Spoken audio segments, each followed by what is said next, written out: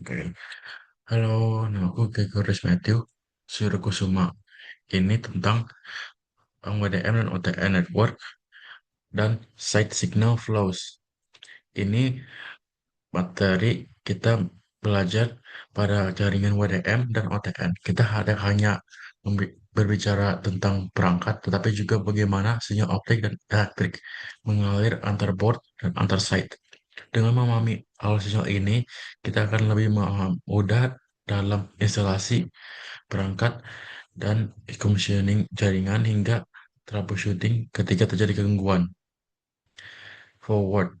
Berbeda dengan jaringan SDH tradisional, jaringan WDM dan OTN memiliki jenis board yang lebih beragam, baik yang layar optik maupun elektrik. Pertanyaannya adalah bagaimana board board tersebut saling terhubung dan bagaimana sinyal berpindah antaranya. Untuk menjawab hal tersebut, digunakan diagram alur sinyal WDM dan OTN yang menggambarkan jalur transmisi sinyal berdasarkan panjang gelombang dan atau wavelength.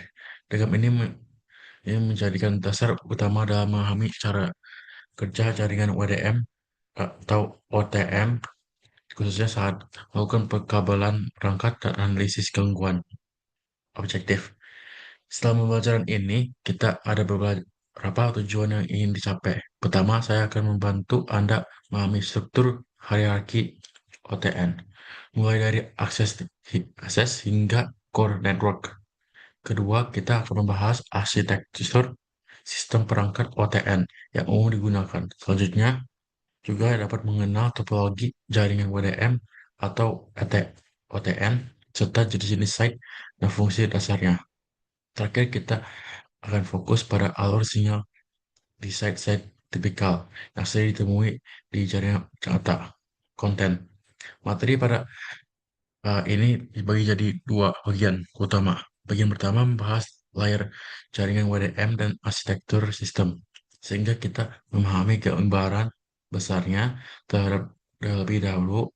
Bagian kedua akan lebih teknis, yaitu jenis-jenis site WDM atau OTN dan sinyalnya. Pendekatan ini bertujuan agar Anda tidak hanya menghafal diagram, tetapi benar-benar memahami alur kerja jaringan-jaringan secara penyeluruh. Pada slide ini, kita melihat struktur hierarki OTN yang terbagi menjadi tiga lapisan utama. Pertama adalah Edge atau Access Layer, yang berfungsi melayani trafik dari pelanggan. Kemudian ada Metro atau Aggregation Layer, yang mengumpulkan trafik dalam beberapa akses network. Terakhir adalah core atau backbone layer yang menangani kapasitas besar dan jarak transmisi yang panjang. Perangkat tersebut OCN 1800 biasanya digunakan di akses, sedangkan OCN 9800 lebih banyak digunakan di core network. Tipikal WDM dan OTN network. Jaringan WDM dan OTN dapat dibangun dalam berbagai topologi. Yang pertama adalah point-to-point, biasanya digunakan untuk koneksi sederhana antara dua site. Kemudian ada chain dan ring network yang memberikan redundansi jalur. Topologi yang paling fleksibel adalah mesh network karena memungkinkan banyak jalur alternatif. Pemilihan topologi ini sangat mempengaruhi kendaraan, kapasitas, dan biaya jaringan. Konteks kedua, pada saat ini kita kembali melihat struktur materi, namun sekarang kita akan masuk ke bagian kedua. Fokus pembahasan ini jenis site dalam jaringan WDM dan OTN, serta bagaimana alur sinyal berbeda kerja pada masing-masing site tersebut. Bagian ini bersifat lebih teknis, karena kita akan banyak melihat diagram dan aliran wavelength. Saya sarankan Anda memperhatikan arah panah dan nama modul, karena konsep ini sangat penting untuk praktis lapangan. eh, OT, site type, dan basic function. Pada jaringan WDM atau OTN, terdapat beberapa jenis site dengan jenis fungsi yang berbeda. OTM site berfungsi sebagai terminal untuk multiplexing dan demuplexing sinyal optik. OL site digunakan untuk memperkuat sinyal optik yang mengalami redaman.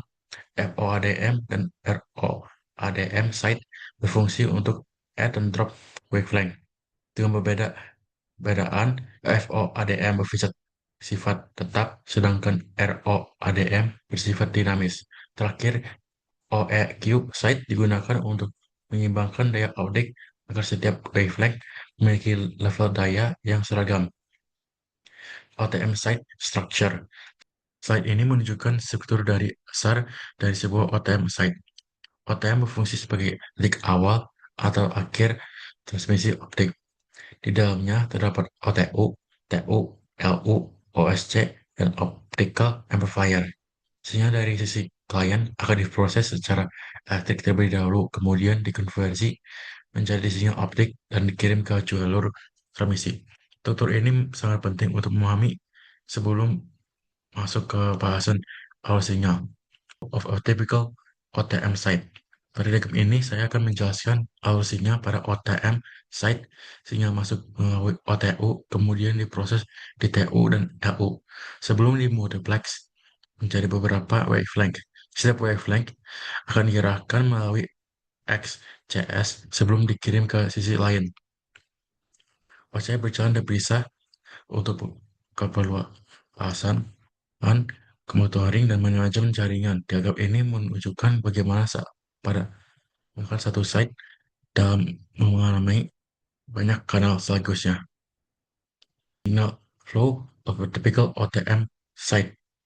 Pada slide ini kita melanjutkan pembahasan alur sinyal di OTM site dengan variasi panjang dengan gelombang yang berbeda. Di sini terlihat bagaimana beberapa wavelength diproses secara paralel. Sinyal dari sisi klien masuk ke OTU, kemudian diarahkan melalui XCS untuk dipetakan ke wavelength tertentu.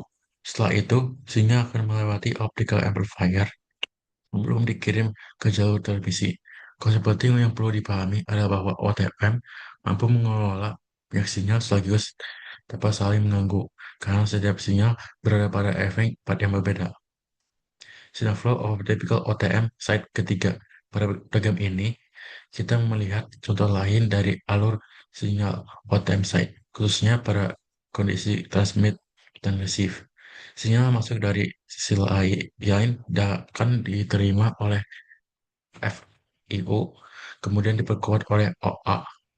Setelah itu, sinyal dipisahkan berdasarkan wavelength dan diteruskan ke ATU yang tersesuai. Was ini menunjukkan bahwa OTM tidak hanya berfungsi sebagai pemancar, tapi juga sebagai penerima sinyal optik dengan struktur yang simetris. Pahaman alur ini sangat penting saat melakukan analisis gangguan pada sisi receiver. Sinyal flow over typical OTM site keempat. Pada saat ini, alur sinyal menjadi lebih kompleks karena melibatkan beberapa modul tambahan. Kita dapat melihat bagaimana sinyal dengan berbagai wavelength diarahkan ke port yang berbeda. Perangkat seperti RO, RE, TE, TO, dan TO menunjukkan jalur transmisi dan penerimaan sinyal. Diagram ini memperlihatkan bahwa setiap perubahan jalur tetap dikontrol oleh sistem switching internal. Hal ini memungkinkan jaringan OTN bekerja dengan fleksibel tanpa perlu perubahan fisik yang signifikan. Signal flow of a typical OTM site kelima. Saat ini menerbitkan contoh OTM site dengan kapasitas yang lebih besar. Jumlah wavelength yang digunakan semakin banyak. Sinyal dapat berbagai OTU dikumpulkan di multiplex lalu dikirim melalui satu jalur optik. Keunggulan ODM terlibat jelas di sini karena satu fiber dapat membawakan banyak sinyal secara bersamaan. Ini adalah alasan utama mengapa ODM sangat efisien untuk jaringan berkapasitas tinggi. Signal flow of typical OTM site 6. Pada saat ini kita melihat suatu OTM site dengan jumlah kanal yang sangat besar. Mereka menunjukkan banyak OTU yang aktif secara bersamaan dengan wavelength yang berbeda. Meskipun terlihat rumit, prinsip kerjanya tetap sama, yaitu multiplexing, switching, dan application. Yang perlu diperhatikan adalah peran OSC yang tetap berjalan terpisah untuk keperluan monitoring. Tanpa OSC, operator akan disebutkan mengelola dan memelihara jaringan secara efektif. OLA site structure. Sekarang kita masuk ke OLA site atau optical line amplifier. OLA yang melakukan add atau tutup stop layanan. Melainkan hanya memperkuat sinyal optik. Struktur OLA biasanya sederhana, terdiri dari F, IU, OA dan OSC. OA ditempatkan di tengah jalur transmisi jarak jauh untuk mengatasi redaman sinyal. Dengan adanya OA, jarak transmisi dapat diperpanjangkan tanpa regenerasi sinyal. Signal flow of a typical OLA site 1. Pada diagram ini kita melihat alur sinyal di OLA site dari arah barat ke timur. Sinyal masuk melalui FIU, kemudian langsung diperkuat oleh optical amplifier. Tidak ada proses switching atau demultiplexing di sini. Setelah diperkuat, sinyal langsung diteruskan ke jalur berikutnya. Ini menunjukkan bahwa OLA berfungsi murni sebagai penguat sinyal optik. Signal flow of typical OLA Site 2 saat ini menunjukkan konfigurasi OLA yang lebih lengkap dengan modul tambahan. Sinyal tetap hanya diperkuat, namun terdapat jalur monitoring yang lebih detail. WSC memungkinkan operator pemantau kondisi sinyal tanpa mengganggu trafik utama. OLA seperti ini sering terjadi pada backbone network dengan jarak sangat jauh.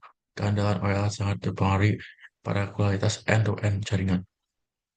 FOADM Site Structure. Selanjutnya adalah FOADM Site atau Fixed Optical Add Drop Multiplexer.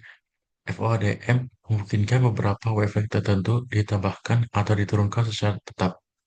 Strukturnya lebih kompleks dibanding OLA karena melibatkan OTU dan modul add atau drop. Namun konfigurasi wavelength pada OFADM bersifat statis, artinya perubahan yang membutuhkan konfigurasi fisik atau rekayasa ulangan jaringan. Signal flow of a typical ADM site 1. Pada saat ini kita melihat alur sinyal di FADM site beberapa wavelength diteruskan langsung, sementara wavelength tertentu di add atau di drop.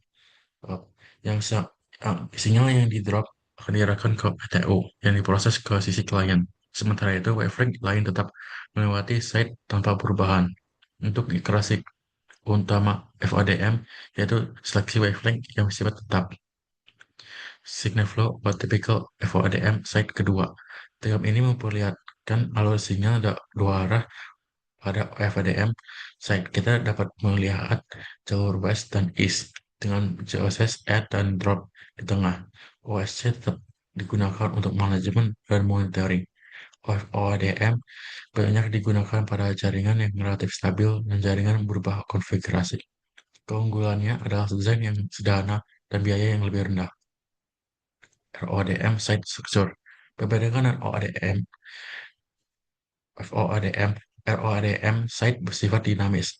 ROADM menggunakan perangkat seperti WSS atau Wavelength Selective Switch. Dengan WS, wavelength dapat diarahkan secara fleksibel ke beberapa arah. Hal ini memungkinkan jaringan beradaptasi dengan perubahan trafik tanpa perubahan fisik. ROADM sangat cocok untuk jaringan modern dan kebutuhan fleksibilitas tinggi. Tipikal ROADM site. Saat ini menampilkan contoh site ROADM yang lengkap. Terlihat bagaimana wavelength dapat diarahkan ke arah west, east, atau lokal. Setiap jalur dapat dikonfigurasi ulang melalui software. Inilah keunggulan utama ROADM dibanding FOADM. Operator dapat mengatur ulang jalur layanan dengan cepat dan efisien. QoEQ Site Structure. OEQ Site berfungsi sebagai optical equalizer. Tugas utamanya adalah menyeimbangkan daya optik antar wavelength. Tidak keseimbangan daya dapat menyebabkan penurunan kualitas sinyal. OEQ biasanya ditempatkan pada jalur dengan banyak amplifier. Dengan OEQ, kualitas transmisi dapat dijaga tetap stabil. Ini quiz. Pada bagian ini dapat quiz untuk mengujikan pemahaman Anda. Silakan perhatikan diagram dan tentukan nama port yang sesuai. Latihan seperti ini sangat dibantu untuk memahami alur sinyal secara nyata. Saya sarankan Anda mencoba menyerahkan sebelum melihat jawabannya. Summary. Sebagai rangkuman, OTN terbagi menjadi akses, aggregation, dan core layer. Topologi jaringan WDM atau OTM meliputi point-to-point, ring, dan mesh. Jenis site utama meliputi OTM, OLA, FOADM, ROADM, dan OEQ. Setiap site memiliki fungsi yang berbeda, namun saling melengkapi. akronim, dan abbreviation. Soal ini berisi singkatan yang sering digunakan dalam jaringan WDM dan OTN. Memahami istilah seperti OTM dan OLEA, RO, ADM, dan WSS sangat penting. Singkatan ini sering muncul dalam dokumentasi dan konfigurasi perangkat. Saya sarankan untuk menghafal istilah-istilah utama ini. Terima kasih. Demikian pembahasan mengenai WDM dan OTN network. network. Semoga materi ini membantu Anda memahami konsep dan implementasi jaringan optik. Terima kasih telah mengikuti video pelajaran ini sampai akhir. Terima kasih.